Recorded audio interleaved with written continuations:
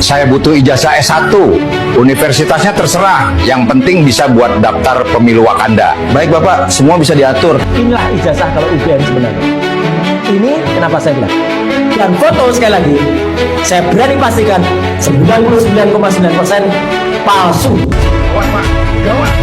Kita sudah makin terpojok, saksi dan fakta sudah banyak terungkap. Kebohongan ijazah palsu kita bisa tamat Pak.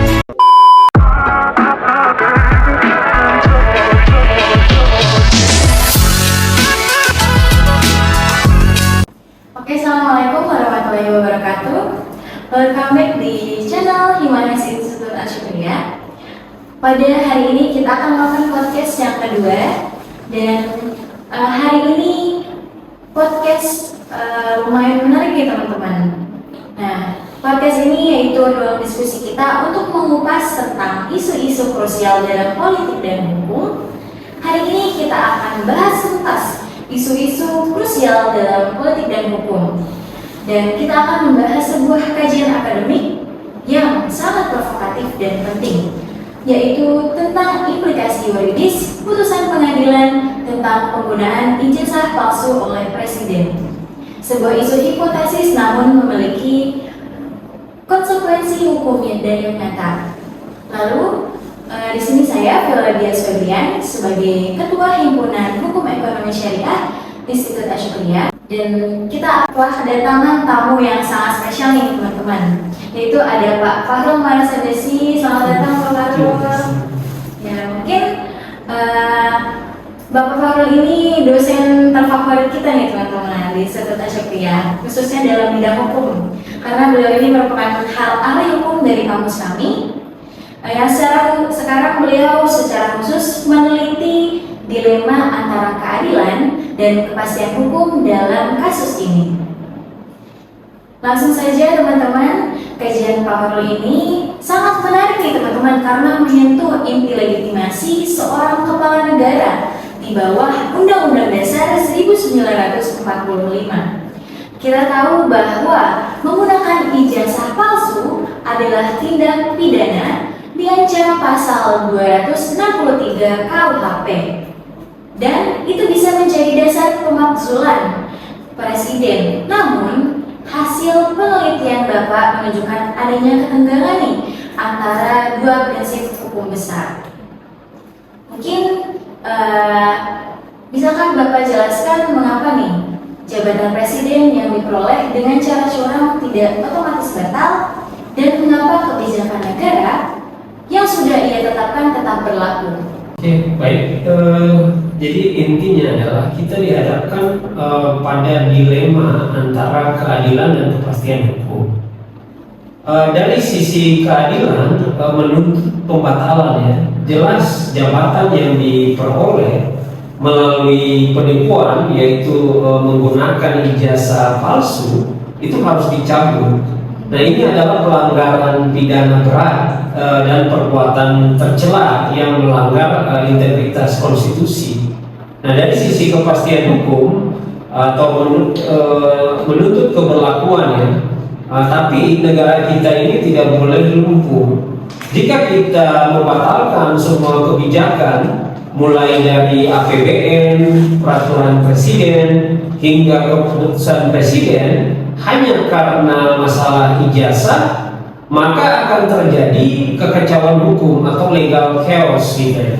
Jadi solusi ideal yang kami simpulkan adalah presiden harus diberhentikan melalui mekanisme konstitusional, yaitu impeachment oleh MPR, tetapi kebijakan negaranya itu harus tetap berlaku untuk melindungi masyarakat sesuai dengan doktrin de facto officer.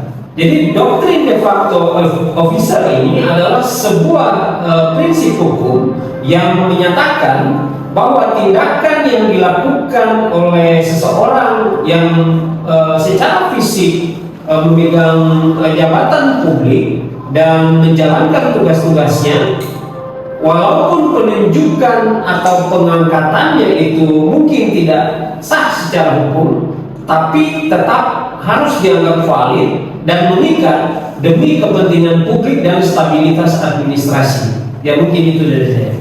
Menarik banget nih teman-teman ya. Jadi pemakzulan ini atau keadilan versus kebijakan atau kepastian, kita akan membahas secara rinci proses politik konstitusional ini setelah jeda, terutama bagaimana peran DPR dan MPR dalam menanggapi putusan pengadilan. Oke nih, di sini ada sesi tanya jawab. Mungkin ada banyak nih pertanyaan yang akan kita bahas di sini, Pak. Di sini tentang implikasi ijazah palsu presiden. Dan paparan penelitian ini dibuka dengan menyoroti pentingnya legitimasi legal rasional bagi presiden. Bisakah Bapak jelaskan secara mendalam apakah yang dimaksud dengan legitimasi legal rasional menurut Max Weber? Dan mengapa penggunaan ijazah palsu secara fundamental mengganggu legitimasi tersebut? Baik, terima kasih. Legitimasi legal rasional itu adalah bentuk kekuasaan yang sah karena bersandar pada norma hukum formal dan prosedur yang berlaku. Nah, di Indonesia, legitimasi presiden itu bertumpu pada mekanisme hukum yang mengatur proses pencalonan, pemilihan, dan pelantikan. Nah, ketika seorang calon presiden menggunakan ijazah palsu, maka ia secara langsung melanggar syarat formal yang diatur dalam pasal 6 Undang-Undang Dasar 45 dan Undang-Undang turunannya. Artinya, dasar rasionalitas dan legalitas pengangkatannya itu menjadi cacat. Nah, ini bukan hanya masalah moral, tapi cacat yuridis sejak awal dan merusak fondasi negara hukum atau reksa. Mungkin itu. Lalu kita tahu pemalsuan ijazah ini diatur dalam KUHP secara hukum positif. Nah, apa sih konsekuensi pidana yang melekat pada penggunaan ijazah palsu ini dan bagaimana ia dikaitkan dengan kedudukan presiden? Nah, dalam konteks hukum pidana, penggunaan ijazah palsu ini masuk dalam kategori tindak pidana pemalsuan surat ya. Nah, ini diatur di dalam pasal 263 dengan ancaman hukumannya itu adalah pidana penjara hingga 6 tahun. Nah, konsekuensinya terhadap presiden, dia memiliki dua dimensi, yaitu dimensi pidana dan dimensi konstitusional. Secara pidana, tindak pidana ini itu dapat dikategorikan sebagai tindak pidana berat atau perbuatan tercela. Nah, secara konstitusional, kategori ini secara eksplisit menjadi dasar yang sah untuk pengajuan pemakzulan atau impeachment presiden sesuai dengan pasal 7A Undang-Undang Dasar 45. Baik. Lalu dalam penelitian ini kan Bapak menyatakan nih bahwa penggunaan ijazah palsu ini memicu mekanisme pemakzulan. Nah, bisakah dijelaskan secara rinci nih tentang proses politik konstitusional yang harus dilalui DPR dan MPR untuk memberhentikan presiden dan mengapa jabatan presiden ini tidak bisa langsung gugur, Pak? Oke, baik. Jabatan presiden memang tidak gugur secara otomatis ya, karena pasal 7A dan 7B Undang-Undang Dasar 45 itu telah mengatur secara limitatif ya mekanisme pengakhiran jabatan. Jadi putusan pengadilan yang menyatakan bahwa presiden bersalah menggunakan ijazah palsu itu hanyalah syarat formil atau dasar hukum.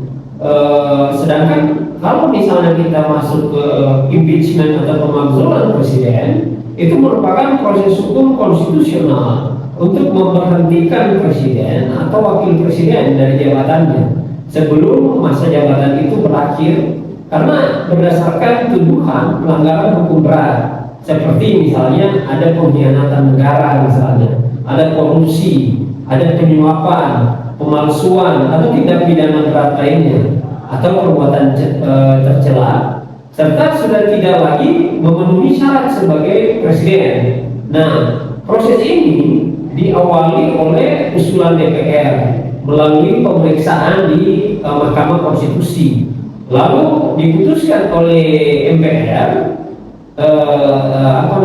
diputuskan oleh MPR atau Majelis Permusyawaratan Rakyat gitu.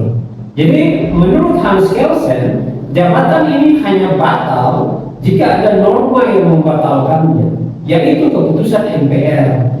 Dan ini menegaskan bahwa pemberhentian presiden adalah persoalan politik konstitusional, bukan sekedar hukum pidana murni.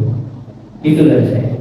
Berarti gimana nih kalau misalkan presidennya sudah selesai jabatannya, nanti kita bahas nih teman-teman secara rinci tentang kasus ini. Lalu di sini ada lagi nih kajian tentang Pak Farul nih, itu dilema antara keadilan dan kepastian hukum. Lalu jika keadilan menuntut presiden curang, diberhentikan, mengapa kepastian hukum menuntut agar semua kebijakan negara yang sudah ia tetapkan seperti APBN atau Perpres tetap berlaku?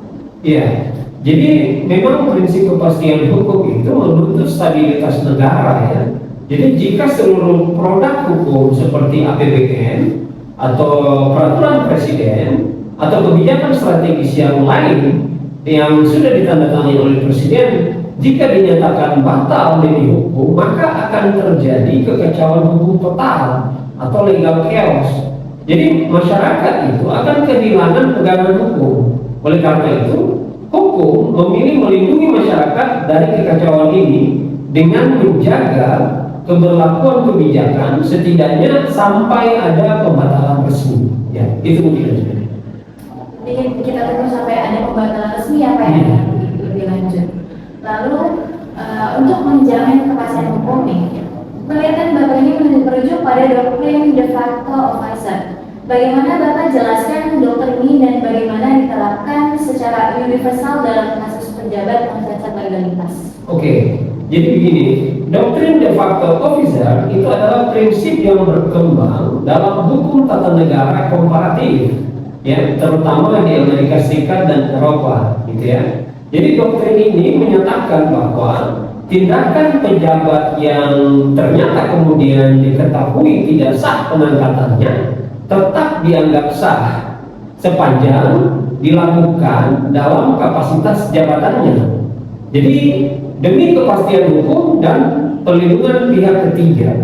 Contoh klasiknya begini, ada putusan hakim yang terbukti tidak sah pengangkatannya, tetapi dia tetap berlaku agar tidak menimbulkan kekacauan yuridis.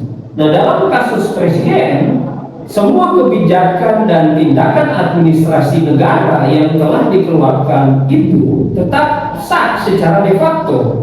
Nah, tujuan utama doktrin ini itu adalah untuk melindungi kepentingan umum dan menjaga validitas tindakan pemerintah, terutama yang melibatkan pihak ketiga yang beritikat baik. Ya, tanpa doktrin ini, tindakan yang dilakukan oleh pejabat yang pengangkatannya cacat hukum dapat dengan mudah dibatalkan. Itu bisa menyebabkan kekacauan administratif dan ketidakpastian hukum.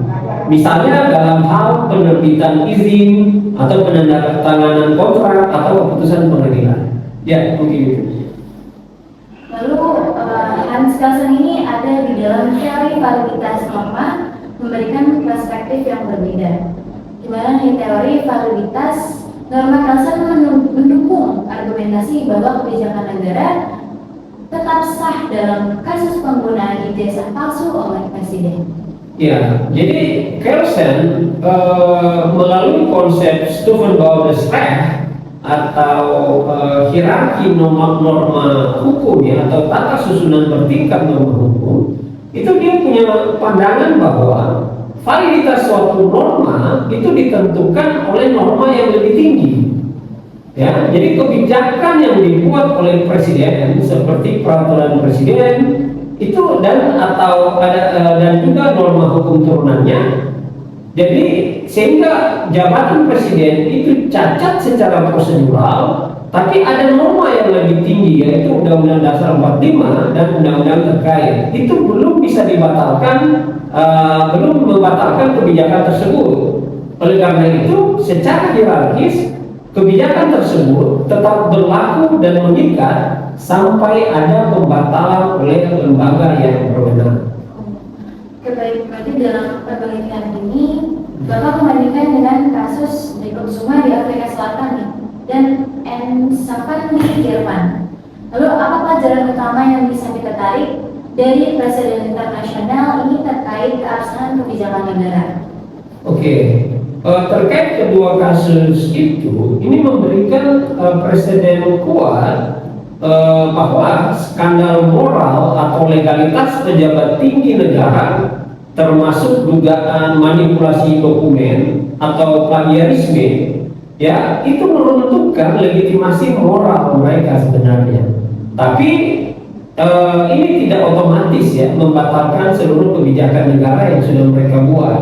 Nah, dalam kasus Jacob Zuma, yaitu mantan presiden Afrika Selatan ya kalau tidak salah itu, jadi menghadapi tuduhan korupsi dan manipulasi dokumen pendidikan, ya walaupun dipertanyakan legitimasinya, semua kebijakan yang sudah dibuat tetap diberlakukan. Nah, dalam kasus Hannes Hoffen itu Menteri Pendidikan Jerman yang mundur karena plagiarisme, kebijakannya itu tetap berlaku.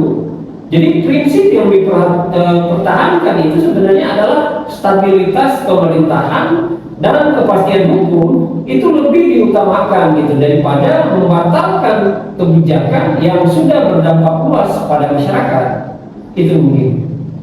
Jadi tetap dipertahankan ya kebijakannya daripada dibatalkan. Jika dibatalkan kemungkinan akan hierarki itu akan berantakan ya Pak ya? Iya.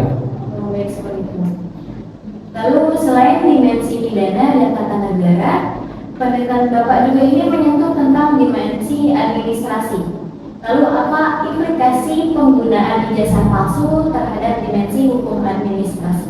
Ya, dalam dimensi administrasi, tindakan presiden yang berupa keputusan atau peraturan itu tetap berlaku ya, karena negara ini tidak mengenal kekosongan hukum.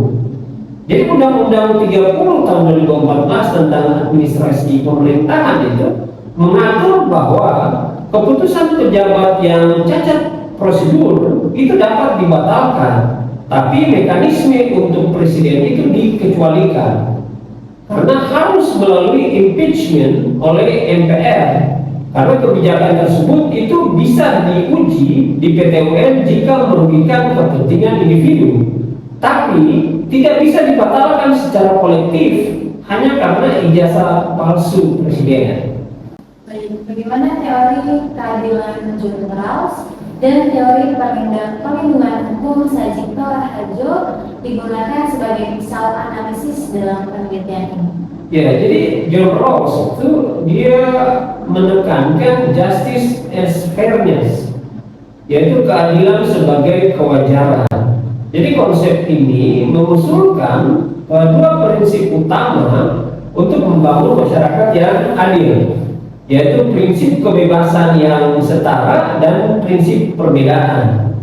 Jadi prinsip ini didasarkan pada posisi asal dan seluruh ketidaktahuan.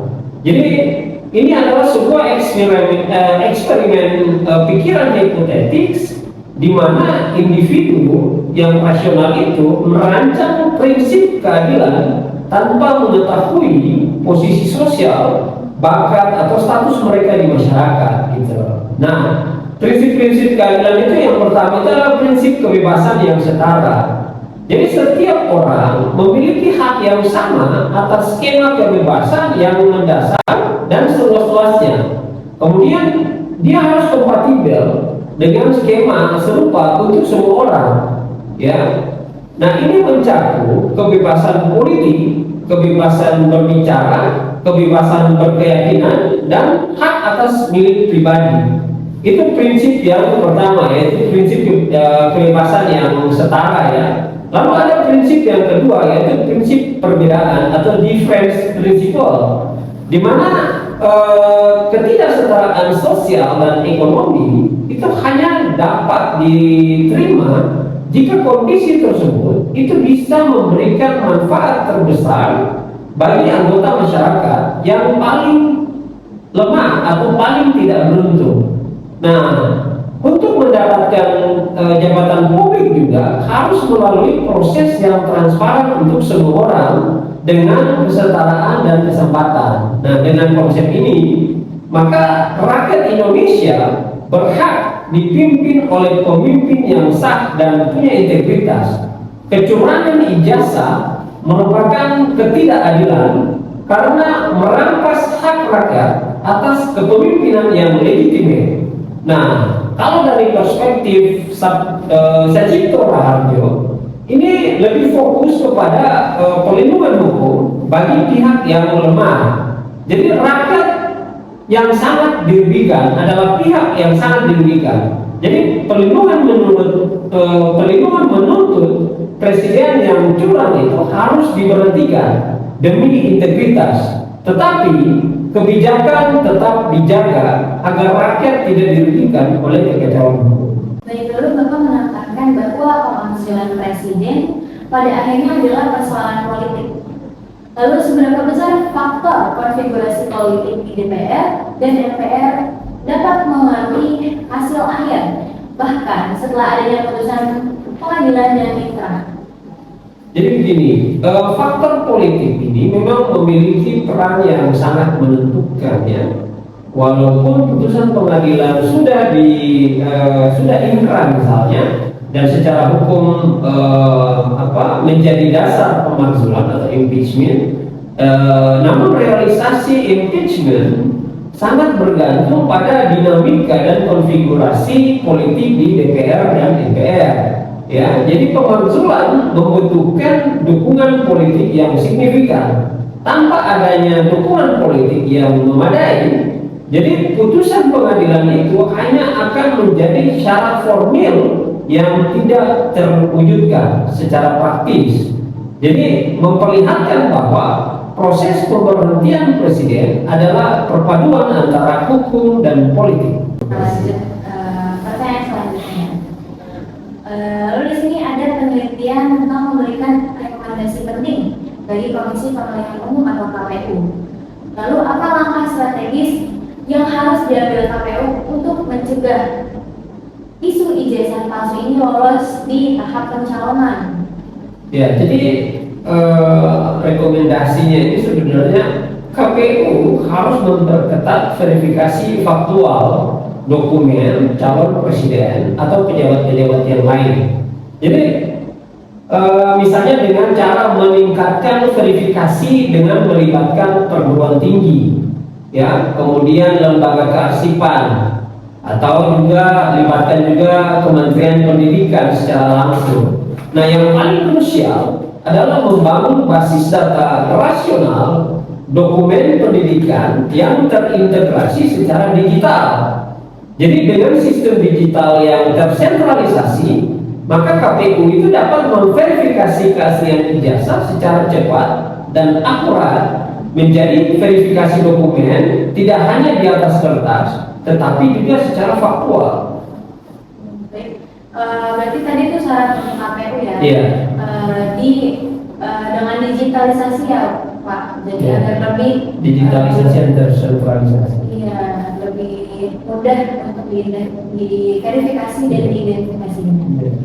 Lalu terkait peran Mahkamah Konstitusi atau MK, bagaimana nih MK bisa dijadikan filter awal untuk mencegah presiden dengan dokumen palsu dilantik gitu?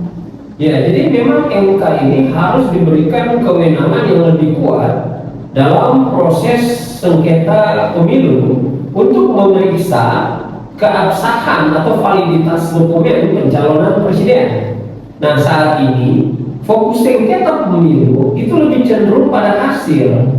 Jadi MK itu harus diperkuat agar dapat menjadi filter awal yang efektif, sehingga persoalan serius seperti penggunaan ijazah palsu itu dapat diselesaikan di tingkat pra pelantikan untuk mencegah kerugian konstitusional yang lebih besar sebenarnya. Baik, mohon dijelaskan secara singkat nih, mengapa penelitian ini menegaskan pentingnya keseimbangan antara ketiga asas hukum, yaitu keadilan, kepastian hukum, dan kemanfaatan. Baik, jadi keseimbangan ini adalah solusi ideal ya. Jadi keadilan, dia menuntut presiden yang curang itu harus dihukum dan diberhentikan. Tapi kepastian hukum juga menuntut agar produk hukum negara itu tetap berlaku. Nah, sementara kemanfaatan, yaitu yang sejalan dengan perlindungan hukum, dia menuntut agar rakyat itu dilindungi dari kekacauan hukum akibat pembatalan kebijakan secara massal. Nah, dalam penelitian ini itu saya menyimpulkan bahwa mekanisme impeachment menjamin keadilan, sedangkan doktrin de facto officer dia menjamin kepastian hukum dan kemanfaatan.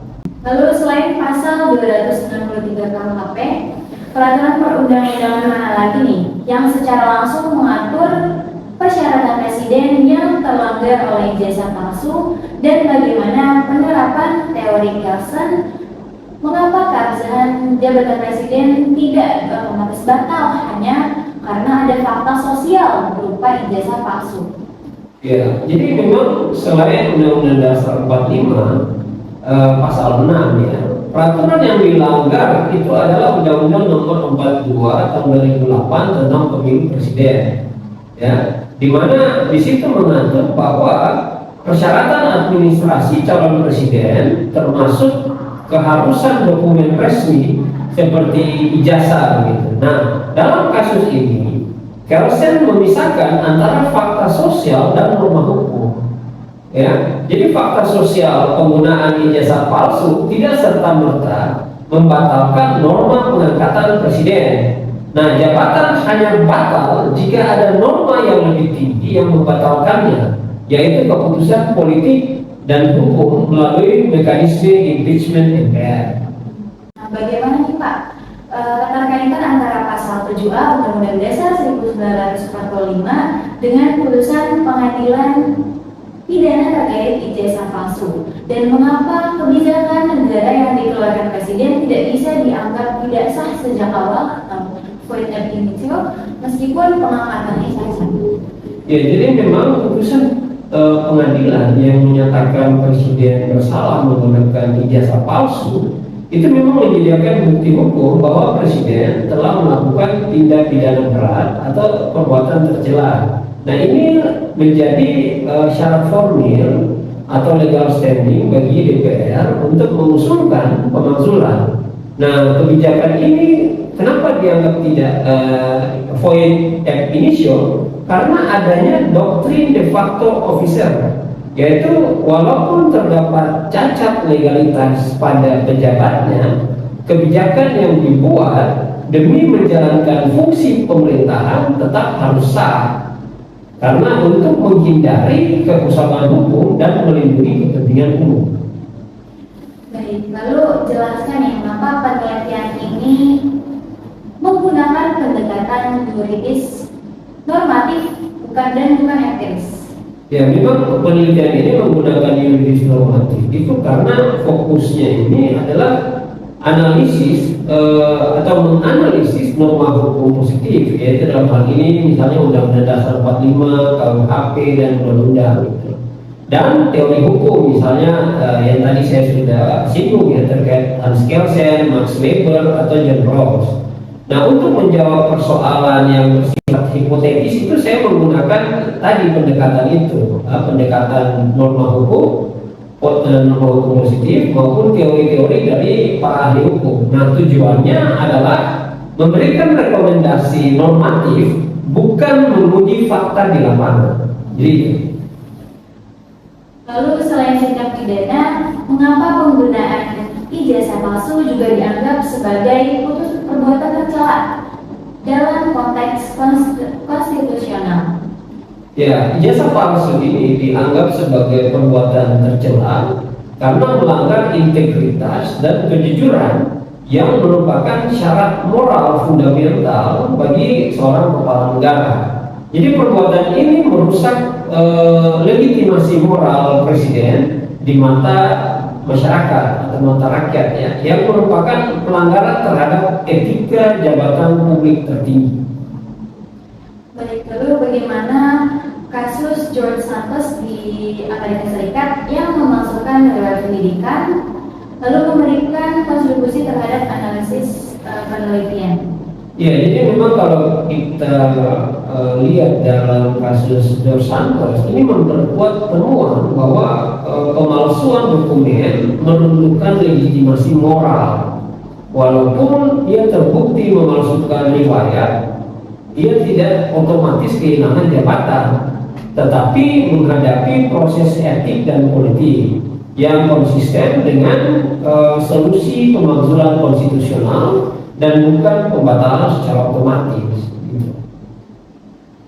Lalu dalam konteks dimensi pidana dan tata negara, kapan presiden yang terbukti menggunakan ijazah palsu dapat dipidana dan apa manfaat praktis dari penelitian ini bagi otoritas penegak hukum seperti kejaksaan, kepolisian, dan KPK?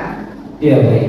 Jadi berdasarkan pasal 7B Undang-Undang Dasar 45, memang presiden ini memiliki imunitas relatif ya selama menjabat. Nah, oleh karena itu penuntutan dan pemidanaan baru bisa dilakukan setelah presiden itu sudah tidak lagi menjabat. Ya, jadi manfaat praktisnya itu adalah memberikan panduan bahwa otoritas penegak hukum harus menegakkan hukum secara konsisten terhadap pejabat tinggi negara tanpa dipolitisasi. Jadi hasil putusan pidana tersebut kemudian menjadi dasar hukum bagi proses politik di DPR maupun MPR. Lalu rekomendasi apa yang bisa diberikan kepada DPR dan MPR nih terkait peran mereka dalam proses pemakzulan dan apa tujuan dari pendekatan konseptual yang digunakan dalam kasus ini? Ya, baik. Jadi DPR dan MPR ini direkomendasikan untuk memastikan mekanisme impeachment ini berjalan sesuai prosedur konstitusional. Jadi DPR harus memiliki keberanian politik untuk menggunakan putusan pengadilan sebagai dasar hukum yang kuat untuk mengusulkan pemakzulan atau impeachment untuk menjaga integritas konstitusi. Nah, pendekatan konseptual bertujuan untuk menggunakan dan membandingkan berbagai teori hukum dan sosial seperti teorinya Kelsen, Weber, Rawls, dan teori de facto officer sebagai pisau analisis untuk memahami implikasi yuridis kasus yang kompleks, kemudian menggabungkan perspektif pidana, tata negara, dan hukum administrasi. Lalu, bisakah Bapak memberikan ringkasan dalam satu kalimat dan apa kesimpulan utama dari pembahasan ini mengenai implikasi yuridis penggunaan ijazah palsu oleh Presiden? Ya, jadi implikasi yuridisnya itu adalah penggunaan ijazah palsu itu tidak serta-merta membatalkan jabatan maupun kebijakan negara, melainkan memicu mekanisme pemakzulan melalui jalur politik konstitusional oleh MPR. Nah, sementara kebijakan negara itu tetap sah demi kepastian hukum sesuai dengan doktrin de facto officer. Lalu saya mencoba untuk memberikan penutup ya terhadap pembicaraan kita kali ini. Penutup hari ini, mari kita renungkan implikasi ya dari kejadian dari kajian ini ya dalam 3 dimensi ya. Yang pertama dimensi yuridis ya atau kepastian hukum. Secara yuridis, penelitian ini menegaskan bahwa meskipun presiden terbukti melakukan tindak pidana serius, yaitu pemalsuan dokumen yang diatur dalam pasal 263 KUHP, jabatan dan kebijakan negara yang sudah ditetapkan tidak serta-merta batal. Nah, ini adalah pengejawantahan dari doktrin de facto officer, ya, dan teori validitas norma Hans Kelsen. Jadi intinya hukum kita memprioritaskan kepastian hukum. Jadi kita mencabut keabsahan personal presiden melalui impeachment, tetapi kita tetap menjaga keabsahan kebijakan negara, misalnya Perpres, Kepres ataupun APBN. Itu supaya apa? Untuk melindungi negara dari kekacauan hukum atau legal chaos tadi. Nah, kalau dilihat dari perspektif filosofis, secara filosofis kasus ini adalah pertarungan antara keadilan dan stabilitas. Keadilan yang disuarakan oleh John Rawls itu menuntut agar kekuasaan yang diperoleh secara curang itu harus dicabut. Nah, penggunaan ijazah palsu adalah pelanggaran terhadap integritas konstitusi. Meskipun kita harus mentoleransi keberlakuan kebijakan demi stabilitas, tapi kita juga tidak boleh mentoleransi kebohongan. Jadi proses pemakzulan itu adalah jalan untuk mengembalikan legitimasi moral dan menjunjung tinggi prinsip bahwa pemimpin itu harus punya integritas. Lalu kalau dimensi atau dari perspektif sosiologis, penelitian ini bermuara pada perlindungan hukum bagi masyarakat. Ya, jadi rakyat itu berhak mendapat pemimpin yang legitimate, tetapi rakyat juga tidak boleh menjadi korban dari keruntuhan sistem. Jadi solusi ideal yang kami tawarkan adalah pemberhentian presiden melalui mekanisme konstitusional, tapi dengan tetap menjaga kebijakan adalah upaya agar rakyat itu tidak dirugikan dua kali, ya, dirugikan oleh pemimpin yang curang dan dirugikan oleh lumpuhnya pemerintahan. Oleh karena itu, bagi kita semua ini adalah pengingat untuk meningkatkan kewaspadaan publik dan menuntut integritas legal rasional dari setiap calon pemimpin. Jadi pesan penutup, hukum harus menjadi alat untuk mencapai keadilan tanpa mengorbankan stabilitas. Jadi mari kita pastikan bahwa di masa depan sistem verifikasi kita sekuat integritas yang kita tuntut dan dari para pemimpin kita. Terima kasih. Baik, mungkin penjelasannya sangat jelas dan kasus ini sangat penjelasan Pak Farul menjelaskan dengan jelas di sini dengan pendekatan yuridis normatif dan apa implikasinya dan manfaatnya, dan lalu ada rekomendasi-rekomendasi untuk MPR, DPR, dan untuk KPK maupun KPU. Oke, mungkin cukup sekian nih podcast hari ini dari Pak Farul. Saya mendapatkan insight yang banyak gitu teman-teman, dan teman-teman mungkin bisa nonton podcast saya dari awal hingga akhir untuk mengetahui apa sih implikasi dalam kasus ini, dalam kasus yang dibahas, dan apa rekomendasi-rekomendasi dan penjelasan yang diberikan oleh Pak Farul. Nah, sekian podcast dari kami. Jangan lupa like, komen, dan subscribe channel Himayas Institut Asyukriyah. Kurang lebihnya mohon maaf. Wassalamualaikum warahmatullahi wabarakatuh.